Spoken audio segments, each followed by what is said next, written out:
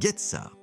Sangwoo se demande si le groupe, qui cible la Corée notamment les perdants du deuxième serveur chinois, devrait être chassé maintenant avant qu'il ne devienne assez grand pour causer des problèmes. Cependant, il y aura un jour où ils devront faire face à un groupe encore plus important. Plus leur groupe est grand, plus les chances de rencontrer d'autres groupes augmentent. C'est pourquoi Sangwoo a besoin d'un groupe de soutien systématique pour l'aider. Malheureusement, la petite ville de Suwon n'a pas assez de personnes, il a donc besoin d'un plus grand groupe. En même temps, le procureur envisage de créer une grande communauté au niveau national et maintenant Sangwoo va le soutenir pour rendre sa communauté plus grande. En réalité, Sangwoo et le procureur essaient de s'utiliser mutuellement d'une certaine manière. Ano et Jisoo-yoon sont heureux maintenant que le conflit entre Sangwoo et le procureur s'est apaisé. Ils doivent d'abord s'occuper des orques, ils commencent donc à élaborer un plan. Sangwoo informe le procureur qu'il a un moyen de réduire les pertes autant que possible, mais cette méthode est un peu conventionnelle. Sangwoo fait allusion à une sorte de tireur d'élite. Après un certain temps, le procureur et la guilde de la libération commencent à se diriger vers l'armée principale des orques. Seong-minhwa dit qu'elle a l'impression qu'ils se dirigent vers un abattoir, mais Jisoo-yoon réplique en disant qu'ils seront ceux qui deviendront des bouchers. Ano lui dit qu'il y a trop de cochons à abattre et ses poignards ne suffiront pas. Un orque pousse un rugissement bruyant et la troupe commence à s'avancer vers la guilde de la libération. Le procureur ordonne à ses tankers de venir en tête et aux mages de se déplacer au milieu de leur formation afin qu'ils ne puissent pas être attaqués par derrière. L'un des mages se sent découragé, mais son ami lui dit qu'il devrait se concentrer sur le combat maintenant parce qu'il ne peut pas s'enfuir même s'il le veut. Afin de motiver ses hommes, le procureur leur dit qu'ils ont déjà gagné de nombreuses batailles impossibles et la guerre d'aujourd'hui n'est qu'une extension de ces batailles. Le procureur est sûr qu'il y aura des combats encore plus difficiles et épuisants à partir de maintenant, car des ennemis plus puissants essaieront de les abattre avec leur puissance. Ainsi, il demande à ses hommes s'ils abandonneront face à un si petit défi. Ces hommes sont remplis de motivation, ils disent donc qu'ils n'abandonneront jamais. Le procureur utilise sa compétence principale de temple pour dire à ses hommes que cette victoire leur appartiendra. Le bouclier extérieur des orques est détruit et les mages commencent à lancer des boules de feu. Ces dernières touchent les orques, mais leur nombre ne semble pas diminuer. Les orques attaquent la première ligne de la guilde de la libération, mais les tankers les tiennent à distance. Les orques essaient de les encercler par les côtés, les lanciers se préparent donc à contre-attaquer. Les chamans orques font leur apparition et les mages humains se préparent également. Les cavaliers rhinocéros poussent vers la formation des joueurs humains. Les lanciers commencent donc à viser avant qu'ils ne puissent briser leur formation. Les joueurs humains tiennent férocement les orques à distance. De ce fait, les armes de siège des orques commencent à prendre leur position et le chef orc ordonne aux tireurs de commencer à tirer sur les joueurs humains. Le procureur utilise sa compétence zone de foi aveugle pour lancer le bouclier autour d'eux. Le procureur ordonne à ses hommes de tenir leur position et de continuer à attirer les forces principales des orques vers eux. Ils doivent rapprocher le seigneur orc d'eux autant que possible. En même temps, un griffon vole au-dessus de l'aéroport. La fille demande à Sangwoo s'il veut que le griffon réduise l'altitude, mais Sangwoo répond en disant que cette hauteur est suffisante pour lui. Soudain, il saute et active son mode faucheur dans les airs. Les vieux chamans peuvent sentir la présence de Sangwoo, mais il est trop tard car Sangwoo a invoqué le champion ogre hors de l'abîme. Le vieux chaman invoque à leur tour le bouclier autour d'eux, et le champion ogre se prépare pour sa bénédiction du dieu du tonnerre. Ce dernier écrase le bouclier en morceaux, et les vieux chamans sont également détruits dans le processus. Le procureur a vu la suite des événements, et maintenant il sait que c'était l'opération de tir d'élite dont parlait Sangwoo. Le vieux seigneur apparaît hors des décombres et la dernière attaque a eu beaucoup d'impact sur lui. Sangwoo demande pourquoi il a l'air en colère. Les guerriers orques commencent à battre en retraite pour protéger leur seigneur. Seong-min dit à la guilde de la libération d'attaquer les orques qui essaient de battre en retraite. Sangwoo active à la fois l'appel de la mort et l'esprit affaibli en même temps. Il reçoit une nouvelle synergie cachée car il a un sbire commandant en phase 2 avec plus de 30 unités sous son commandement. Il a également obtenu une deuxième synergie appelée géant qui nécessite plus de 50 unités de type géant dans le groupe. Pour finir, sa troisième synergie est la chevalerie en armure d'acier qui nécessite plus de 50 unités équipées d'une armure lourde. Pour faire un échec et mat, il s'est donné le plaisir de faire éclater une bouteille pleine de souffle de l'abîme. Sangwoo se sent encore plus renforcé après être entré en contact avec ce souffle. Il dit au seigneur orc qu'il est désolé de venir le voir dans cet état, mais qu'il voulait avoir une petite conversation avec lui. Sangwoo ordonne à Droit et au chevalier de la mort d'attaquer le seigneur orc. Droit et le chevalier de la mort commencent donc à l'attaquer en même temps. Le seigneur orc parvient à bloquer leurs attaques, mais il se laisse distraire une seconde et le chevalier de la mort saisit cette occasion pour effectuer une attaque de coupure sur lui. Droit saute vers le seigneur orc pour le finir avec son attaque spéciale, mais le chevalier de la mort enchaîne et pousse le seigneur orc vers lui. Il coupe le seigneur orc en deux morceaux avec l'épée 100 mètres. Sangwoo reçoit 900 000 pièces d'or pour avoir vaincu le seigneur orc et le temps jusqu'à l'éclosion de l'œuf a été réduit à 3783 jours. Droit roi est énervé contre le chevalier de la mort pour lui avoir volé son kill, mais le chevalier de la mort essaie de clarifier qu'il a tué le seigneur orc pour réduire le temps d'éclosion de l'œuf de dragon pour leur bien à tous. Les orcs ont perdu la volonté de se battre, ils sont touchés par l'effet de la peste et ils sont devenus plus faibles. Les joueurs humains commencent à les massacrer. Les hommes qui ont chanté avec Singwo et d'autres membres de la guilde de la libération montent sur des motos pour tuer les orcs plus rapidement. Le procureur est soulagé car maintenant ils peuvent chasser les orcs sans se soucier des pertes. Tout à coup, Seong-min reçoit une alerte d'urgence sur son mobile, il semble que ce soit assez important. Alors, il se dirige vers le procureur pour lui annoncer la nouvelle. Seong-min informe le procureur que l'équipe de reconnaissance Magic Drone vient de signaler qu'un groupe de wyverns se dirige vers eux. Le procureur est choqué et il demande la localisation actuelle des wyverns. Seong-min l'informe que l'équipe de reconnaissance qui a signalé cela se trouve à 3 km de leur position, donc les wyverns doivent arriver à leur position bientôt. Le procureur pense qu'ils ont peut-être été trompés par les wyverns qui attendaient que leur proie quitte la ville, qui avait beaucoup d'obstacles et se dirige vers la terre désolée. Le procureur ordonne à tous les joueurs humains de battre en retraite et de se mettre à l'abri dans le bâtiment de l'aéroport. Les joueurs humains sont un peu confus quant à la raison pour laquelle le procureur leur demande de battre en retraite. Soudainement, un message système apparaît qui informe tous les joueurs qu'un boss de zone wyvern alpha mâle est apparu près d'eux. Pour les joueurs humains, c'est déjà trop tard car les wyverns sont sur eux. Les wyverns commencent à faire des ravages dans les rangs des joueurs humains et à les manger dans le processus. Singwo pense que les wyverns sont apparus à un mauvais moment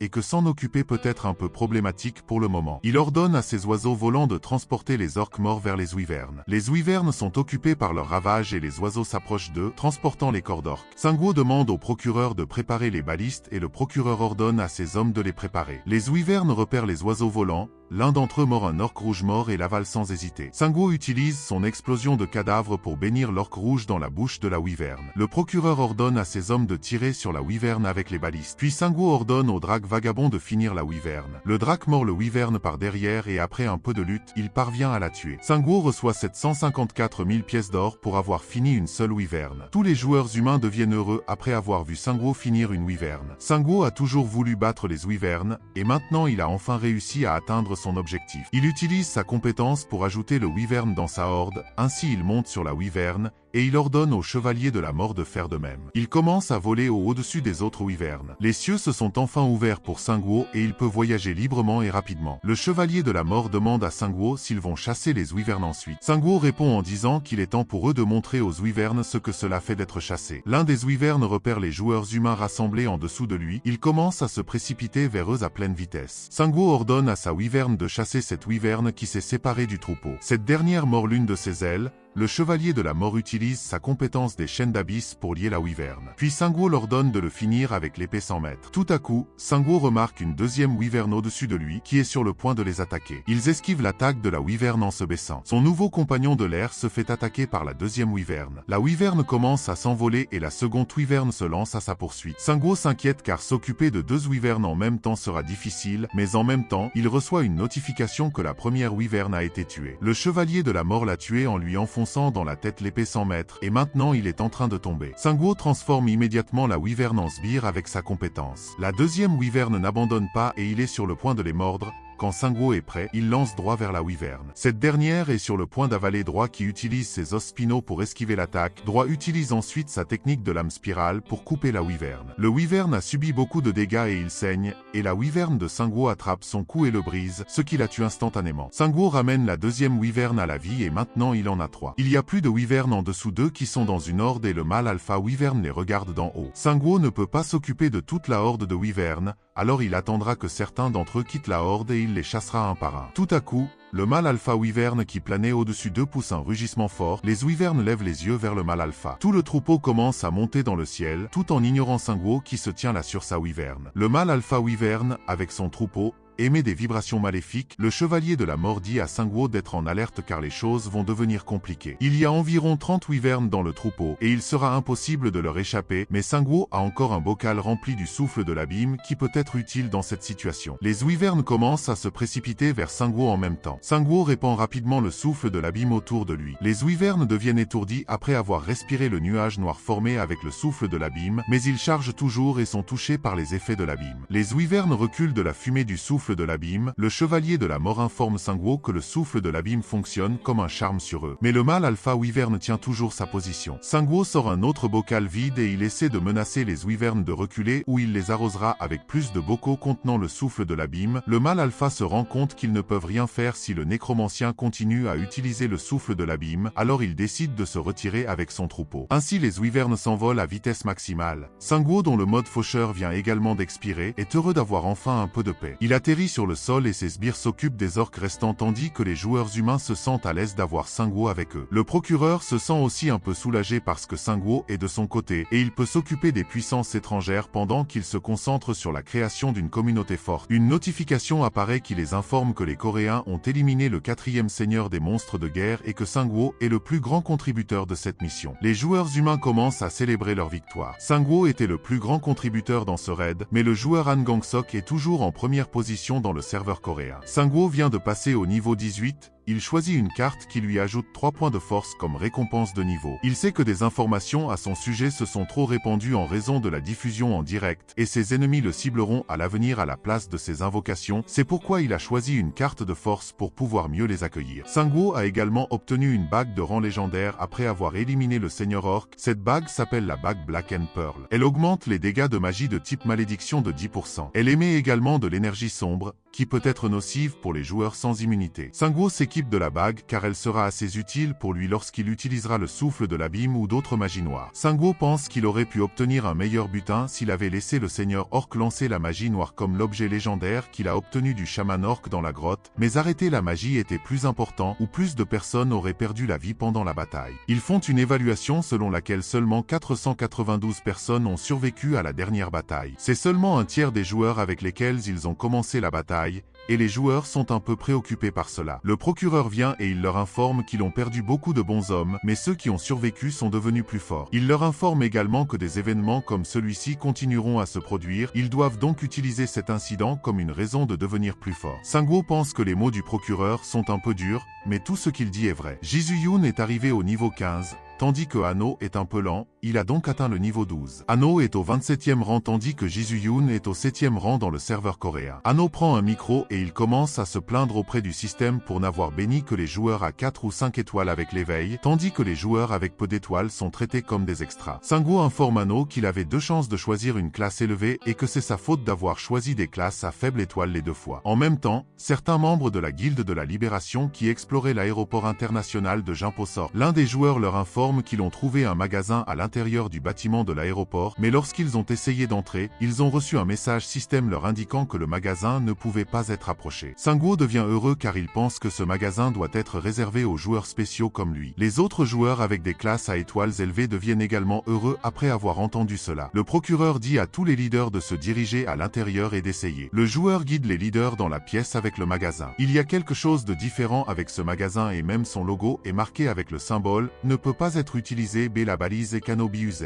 Hansok et Lee Gang-sok ont essayé de s'approcher du mur extérieur du magasin, mais l'entrée du magasin est toujours verrouillée et un message apparaît qui les informe qu'ils ont besoin d'un coupon de magasin secret pour entrer. Sangwoo lève la main près du mur du magasin. Il pose sa main sur le mur et une notification apparaît qui lui demande s'il souhaite utiliser ce coupon de magasin secret. C'est le secret que Sangwoo a obtenu après son premier éveil, et il était limité à 50 personnes dans le monde, et il semble que le procureur se soit réveillé assez tard. C'est peut-être pourquoi il n'a pas obtenu de coupon secret. Les autres leaders sont un peu jaloux parce que Sangwoo est celui qui reçoit toujours un traitement spécial de la part du système. Sangwoo entre dans la pièce et il y a une chaise avec un écran devant elle. Le système lui demande de s'asseoir et bientôt Sangwoo s'assoit sur la chaise. Un message système apparaît qui l'informe que 5 articles soigneusement sélectionnés seront révélés séquentiellement. Il a besoin de parler s'il y a un article qu'il souhaite acheter. Il a donc 10 secondes pour prendre sa décision. Et un article qui est déjà passé ne peut pas être acheté. Sangwoo dit au magasin système qu'il est prêt. Une lumière vive apparaît à l'écran et le message l'informe qu'il va révéler le premier article. Le premier article est un plan de consommable bleu et il ressemble à une unité mécha. Ce plan de rang spécial s'appelle parchemin de création de golem. Le joueur peut apprendre la compétence de production de golem après avoir utilisé cet article. Le propriétaire de cette compétence peut fabriquer de grands golems à l'aide des matériaux qui l'entourent et il faut 1 million de pièces d'or pour acquérir ce plan. Un minuteur système de 10 secondes commence et bientôt Sangwoo commence à s'enthousiasmer après avoir avoir entendu qu'il peut fabriquer de grands golems comme des unités Gundam avec sa compétence. Sanguo a un total de 10 500 500 de pièces d'or, il achète donc l'article sans y réfléchir à deux fois. Le deuxième article est un ensemble d'élixirs qui guérissent tout. Toutes les buffs nuisibles peuvent être supprimées après l'avoir utilisé et il faut 2 millions d'or pour l'acheter. Cet article était également inclus dans le choix de récompense pendant l'étape cachée, mais il n'avait aucune idée que c'était si cher à l'époque. Sanguo passe cet article parce qu'il est un nécromancien et il a une immunité contre la plupart des maladies. Le troisième article est le médicament d'augmentation du rang de compétence. Le rang d'une des compétences peut être augmenté d'un après l'avoir utilisé et il coûte 3 millions d'or. Sanguo ignore également cet article et réalise que le coût de chaque article augmente d'1 million d'or. Le quatrième article est un bracelet de rang légendaire du roi de l'ombre. Il augmente différentes caractéristiques de son porteur de 3 et l'utilisateur peut se téléporter dans une ombre dans la plage de 100 mètres. Il a une recharge de 10 minutes et coûte 4 millions de pièces d'or. Sanguo achète le bracelet du roi de l'ombre sans hésiter. L'effet de synergie de ce bracelet est assez bon et il en a besoin pour terminer la quête du roi de l'ombre. Une notification apparaît qui lui indique qu'il a besoin d'une relique du roi de l'ombre supplémentaire pour terminer la quête. L'écran commence à révéler le cinquième article et Sanguo est assez excité de le voir. Un parchemin de consommation de rang spécial apparaît. Cet article s'appelle le parchemin de résurrection et son utilisateur peut être ressuscité à l'emplacement désigné après la mort. Le parchemin nécessite 5 millions d'or. La résurrection est une fonctionnalité exclusive pour la classe nécromancien. Cette même fonctionnalité lui a permis de gérer le drac vagabond et de terminer sa quête d'éveil. Le temps de recharge de la résurrection peut prendre jusqu'à 31 jours, mais c'est toujours une compétence surpuissante. Il y a 3 inconvénients à cette compétence. Le premier est que le temps de recharge de la compétence est trop long. Sanguo a déjà utilisé la compétence et il attend toujours que le compte à rebours soit terminé et s'il meurt pendant ce temps,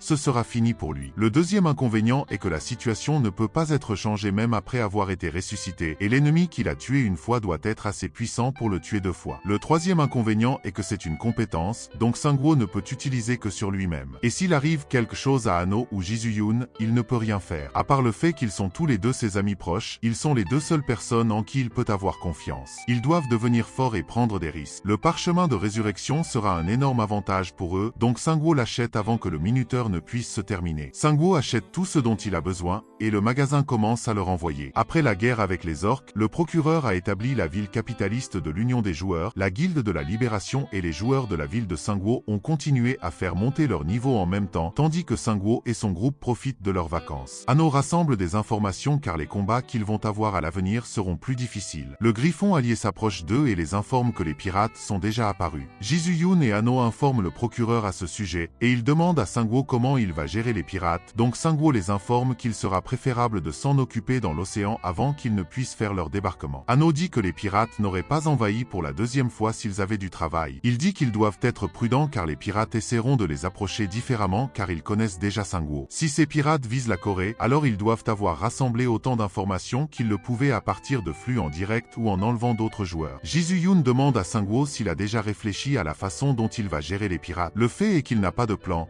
mais il dit quand même qu'il en a un. Ces pirates sont un groupe de pillards qui ont été chassés du continent chinois. Ils se font appeler eux-mêmes le Seigneur général du ciel, le Seigneur général de la terre et le Seigneur général du peuple. Anno leur dit qu'il a déjà entendu ces noms dans des jeux chinois, et ils font référence à la rébellion du turban jaune. Après avoir enquêté sur les sous-fifres des pirates, Sanguo a découvert qu'ils avaient tous été lavés de cerveau et qu'ils agissaient comme des fanatiques envers leur chef. Jisuyun leur dit que la rébellion du turban jaune était également un événement historique où le chef a mené des fanatiques pour prendre le contrôle du monde et cette situation semble familière. Sanguo a entendu des pirates parler d'un vin de centipède vénéneux qui est probablement le catalyseur utilisé pour le lavage de cerveau. Le procureur dit que leur chef semble dangereux et qu'il doit être traité en premier. S'ils le perdent d'une manière ou d'une autre, il peut revenir avec plus de soldats en utilisant sa compétence de lavage de cerveau. Sanguo dit qu'il devrait commencer à se diriger vers l'île de Gyodongpo en premier et cette fois, ils viendront avec lui. Anno dit qu'il préfère la sécurité d'un hélicoptère, et la fille l'assure que son faucon volant est assez sûr, alors il devrait voyager avec elle. Jisuyun quant à elle dit que monter sur une wyvern est amusant, mais Anno répond en disant que c'est amusant pour elle parce qu'elle est athlétique. Sanguo est sur le point de partir, le procureur lui dit qu'il lui laissera les pirates. Sanguo répond qu'il n'y a pas à s'inquiéter des pirates, mais ils ne savent pas ce que la société d'évolution pourrait faire en son absence, ils doivent donc se préparer à toute forme d'attaque. Le procureur devient furieux et il informe qu'ils investiront autant de main-d'œuvre qu'ils le pourront pour se préparer pour la société d'évolution. Pendant la nuit, Sanguo et son groupe sont arrivés sur l'île de Gyodongpo. Sangwoo demande à un pêcheur s'il est sûr d'avoir vu les navires pirates. Le pêcheur dit qu'il est sûr d'avoir vu des navires appartenant aux pirates. La fille du pêcheur lui demande à nouveau s'il est sûr, et le pêcheur répond en disant que son oncle, qui était le chef précédent, a été mangé par l'un de leurs oiseaux monstres, alors il en est sûr. Ce gars s'appelle Lee Mi-yong et il est le nouveau chef de l'île de Gyodongpo. La rancune envers les pirates était si grande qu'ils ont abandonné la chasse aux monstres et ont commencé à travailler comme garde-côte. Lee Mi-yong dit qu'il y a environ 12 heures qu'ils ont fait le tour de l'île. Ensuite, ils sont allés sur la côte de l'île de Gwangwa. Sangwoo dit que cela montre clairement que les pirates n'ont pas abandonné la péninsule coréenne. Jisoo Yuan dit qu'ils ne peuvent pas exclure la possibilité qu'ils débarquent dans d'autres endroits. De plus, ils peuvent débarquer dans la partie sud de la péninsule et remonter. Ano dit que cela peut être mieux pour eux car des monstres sauvages existent toujours dans d'autres zones à l'exception de la capitale. Les joueurs ont déjà évacué vers le haut et les pirates nettoieront les monstres pour eux-mêmes. Sangwoo dit qu'ils ont tort et que les pirates viendront directement par ici. L'idée de prendre le contrôle d'un autre serveur n'est pas quelque chose que l'on peut accomplir avec la confiance ou l'élan habituel. Le chef de ces pirates ne veut que prendre le contrôle de la ville capitale,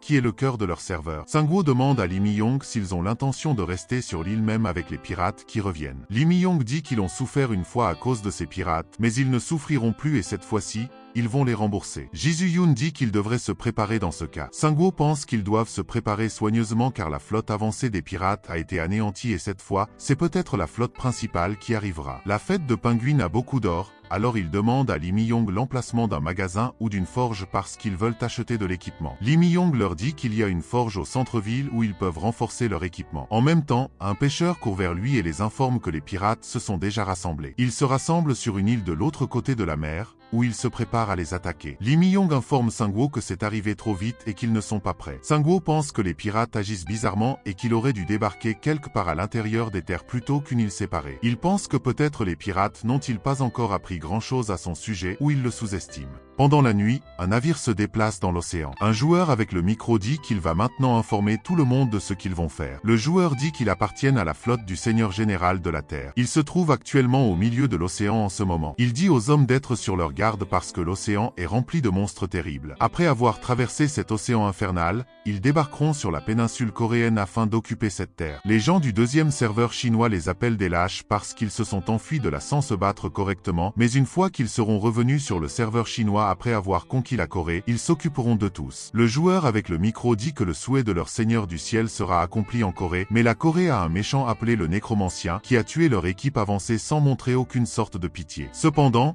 la même chose ne va pas se reproduire pour la deuxième fois parce que leur grande flotte va conquérir la terre de Corée. Les pirates deviennent inspirés et commencent à acclamer le seigneur du ciel. Leur seigneur général du peuple, ainsi que sa partie avancée, ont été anéantis par Sangwoo, mais ce groupe avancé était assez petit et ils n'ont pas besoin d'avoir peur de quiconque. Le joueur dénigre la spiritualiste Li Wei et lui dit de ne pas laisser sa victoire sur le deuxième serveur chinois lui monter à la tête. Ils iront à Mandchourie après avoir pris le contrôle de la Corée et ils défieront Li Wei de venir à Mandchourie après avoir pris le contrôle du premier serveur chinois afin qu'ils puissent se battre à nouveau. Il dit qu'ils laisseront tout le continent connaître en le diffusant eux-mêmes tout en tuant le nécromancien afin qu'ils puissent prouver à tout le monde que l'armée rouge de la révolution ne sont pas un tas de lâches. Mais après un certain temps, son expression change parce que la plupart de leurs navires ont pris feu et qu'ils coulent dans l'océan. Ils sont bombardés depuis les cieux et ces oiseaux appartiennent à leur seigneur général des airs. Un énorme monstre volant s'approche de leur emplacement et à y regarder de plus près, il s'avère que Sangwoo le chevauche. Soudain, certains oiseaux meurent après avoir été percés par l'impact d'un tir. Il s'est avéré que c'était Jaeon, qui utilisait son canon shooter Ice Wizard. Il est également leur seigneur général de la Terre, et ses hommes commencent à l'acclamer. Mais peu importe le nombre d'oiseaux qu'il fait exploser, il continue de revenir à la vie. Jaeon ordonne à l'escouade magique de créer un bouclier et de reculer. L'escouade magique crée avec succès un grand bouclier lié autour d'eux, mais pour une certaine raison, Sangwoo rit au lieu de se décourager, il se retire sur l'île avec tous ces oiseaux monstres, les hommes sous le seigneur général de la Terre sont soulagés. Jaeon est surpris par ce retrait et il dit qu'ils ont subi beaucoup de pertes en si peu de temps. Il est étonné par les capacités du nécromancien, car il peut faire exploser des cadavres et il peut contrôler les oiseaux monstres qui appartenaient autrefois à leur grand général du peuple. Jaeon est un gars rusé et calculateur. Il pense qu'ils ont bien fait de mettre les navires de leurs subordonnés en premier, où les dégâts auraient été plus importants. L'annonceur les informe que leur nombre de victimes est trop élevé élevé car ils ont perdu 8 navires et plus de 100 personnes sont mortes dans la dernière attaque. Jaeon l'appelle par son nom Gwan, et il l'informe que ce n'est pas grave car des choses comme les humains peuvent toujours être facilement remplacées. Les hommes sous son commandement ont un peu peur après l'avoir entendu. Jaeon dit en outre qu'il est gênant qu'il ait tout diffusé en livestream ici au lieu de modifier les images, car il est nécessaire de répandre de glorieuses rumeurs pour que leur seigneur général du ciel puisse retourner sur le continent. Li Wei a laissé un commentaire sarcastique sur leur général après qu'ils se sont fait battre par Sangwoo. Jaeon dit qu'ils devraient leur montrer leur pouvoir en faisant un comeback. Il complimente Gwan alors qu'il leur dit qu'ils redémarreront leur diffusion après avoir coupé la tête du nécromancien. Jaeon appelle Huawei à venir de l'avant et lui ordonne de préparer un mini-jeu. Huawei doit s'infiltrer dans l'île de Guangua pour enregistrer un mini-jeu pour tuer le nécromancien. Jaeon lui demande s'il est assez confiant pour s'infiltrer dans l'île, et il dit que c'est facile pour une fleur de mer comme lui. Il informe en outre Jaeon que même si le nécromancien peut garder un œil sur les cieux, il ne peut toujours pas les attraper sous la mer. Les joueurs de l'île sont rassemblés sur le rivage. Sangwoo arrive là-bas et tout le monde le félicite pour avoir malmené les pirates. Sangwoo pense que ce n'est pas le moment de célébrer une si petite victoire car les pirates sont un groupe plus important que ce qu'il avait prévu. Juste la flotte avancée de leur seigneur général de la Terre se compose de plus de 1000 personnes et leur flotte principale sera d'environ 3000, alors qu'il n'y a que 800 personnes de son côté qui sont venues les aider après que la guerre avec les orques s'est terminée. Sangwoo ne peut même pas imaginer le nombre de joueurs dont il dispose principalement. De plus, la Chine est un grand pays, donc beaucoup de personnes y sont mortes lorsque le jeu a commencé, mais beaucoup de personnes ont également survécu en raison de leur grande démographie. Lee Mi-yong informe Sangwoo qu'ils ont fini de préparer le transport vers l'île de Guangua pendant qu'il était occupé avec les pirates. Avec cela, il commence à se diriger vers l'île de Guangua pour arrêter l'avancée de ces pirates. Le lendemain matin, Sangwoo patrouille en altitude à la recherche d'une activité hostile. Il y a environ 258 survivants de l'île de Gyodongpo, mais seulement 100 d'entre eux peuvent se battre. C'est parce que la plupart d'entre eux sont morts lors de la première invasion des pirates. À chaque fois qu'il y a une guerre d'envergure, les chiffres comptent vraiment. Sangwoo dit à Lee Mi-yong de faire en sorte que le plus de personnes possible soient affectées comme guetteurs. Sangwoo les informe en outre que l'ennemi pourrait les attaquer, tout comme il les a récemment attaqués. De plus, il ne peut pas se battre tout seul. Mais il faut beaucoup de personnes pour en faire des guetteurs. Lee Mi-yong informe Sangwoo que l'île de Guangua est assez grande, et son subordonné suggère qu'il devrait utiliser tout le monde sauf les enfants. Sangwoo dit qu'il sera impossible de les bloquer, mais ils doivent savoir précisément quand la flotte approche de l'île le plus tôt possible. Les enfants sont motivés pour protéger leur île aussi, et certains d'entre eux disent qu'ils peuvent se battre parce qu'ils sont au niveau 3 et qu'ils ont lynché quelques gobelins par eux-mêmes dans le passé. Mais Anno leur dit qu'ils sont trop jeunes pour ça. La cavalière Griffon informe Sangwoo qu'ils sont les membres de la famille des personnes tuées par les pirates. Ces enfants ont vu leurs parents être assassinés devant eux, c'est pourquoi ils sont dans un tel tumulte en ce moment. Ji-Yoon dit qu'elle peut comprendre leurs émotions, mais s'il arrive un moment où les enfants doivent se battre, cela signifie qu'ils ont déjà perdu la bataille. Sangwoo demande l'emplacement de l'atelier de forgeron à la cavalière Griffon. Sangwoo invoque son orque squelette portant des objets de leur base car il doit se préparer pour l'invasion à venir. Après un certain temps, l'escouade de Huawei arrive sur le rivage de l'île de Guangua. Ils sont soulagés d'être enfin arrivés en toute sécurité à leur destination. Huawei ordonne à tout le monde de se rassembler car ils entreront dans la forêt. Après avoir porté leur cape de camouflage, ils commencent à se diriger vers la forêt. Un peu plus tard, ils arrivent à l'endroit où ils doivent installer quelque chose. L'un de ces hommes lui demande s'ils vont vraiment utiliser cet objet ici parce que cela semble un gaspillage pour lui. Huawei les informe que d'autres îles du continent ont utilisé des objets 2 rangs plus élevés que celui-ci. Leurs ennemis avaient des nombres plus importants, mais ils ont été écrasés après avoir perdu dans ce jeu. Cet objet est un générateur de mini-jeux de rang intermédiaire spécial. Après avoir planté ce drapeau, la zone sera désignée comme zone de mini-jeux, ce qui entraînera la formation de 3 parcelles au total en tant que territoire occupé. Différents buffs seront accordés chaque fois qu'un territoire est pris. Une fois qu'ils auront capturé tous les territoires, il sera désigné comme leur territoire et un grand buff leur sera accordé. Huawei leur dit qu'il pense également qu'il n'est pas nécessaire d'utiliser cet objet ici car il peut être utilisé pour leur donner un avantage lorsqu'ils traitent avec un groupe plus important. Mais il semble que le général de la Terre s'assure qu'ils ne perdent pas contre le nécromancien cette fois. Huawei plante le drapeau et crie que le jeu commencera maintenant. Le système analyse la zone du serveur coréen et le jeu aura lieu à l'île de Guangua. Sur le serveur coréen, tout le monde reçoit une notification qu'un mini-jeu a été activé dans leur région. 3 zones aléatoires seront désignées comme territoires A, B et C. Un grand buff sera accordé à celui qui contrôlera tous les territoires. De plus, la zone sera fermée dans les 15 minutes. Sangwoo et son groupe sont choqués d'entendre les détails de cet événement. Quelqu'un contacte le talkie-walkie de la cavalière Griffon pour informer Sangwoo qu'ils ont repéré un navire pirate. Il ajoute également que c'est un porte-conteneur et qu'il approche rapidement du côté sud de l'île. Sangwoo pense que quelque chose est louche parce que les pirates s'approchent d'eux. Dès que le mini-jeu a commencé, comme s'ils attendaient juste ce moment. La cavalière Griffon reçoit un autre rapport de guetteurs selon lequel certains navires motorisés se préparent à débarquer sur le côté ouest de l'île. Maintenant, Sangwoo est complètement sûr que tout cela a été prévu à l'avance par les pirates. Soudain, ils reçoivent un message système selon lequel la zone C est en train d'être occupée. Les coéquipiers de Sangwoo sont un peu confus quant à ce qu'ils doivent faire dans cette situation. Sangwoo n'est pas sûr de ce qui se passe, mais il leur dit que la clé pour gagner est de contrôler les 3 territoires. C'est pourquoi les pirates essaient de passer en force avec leur nombre. Ji-Yoon demande à Sangwoo ce qu'ils doivent faire et il dit qu'il a besoin d'un peu plus de temps pour réfléchir parce qu'il n'est pas très doué pour les jeux. Hanno commence à rire en leur disant qu'ils n'ont pas à s'inquiéter de quoi que ce soit, ils peuvent simplement gagner ce jeu avec l'aide d'un pro gamer comme lui.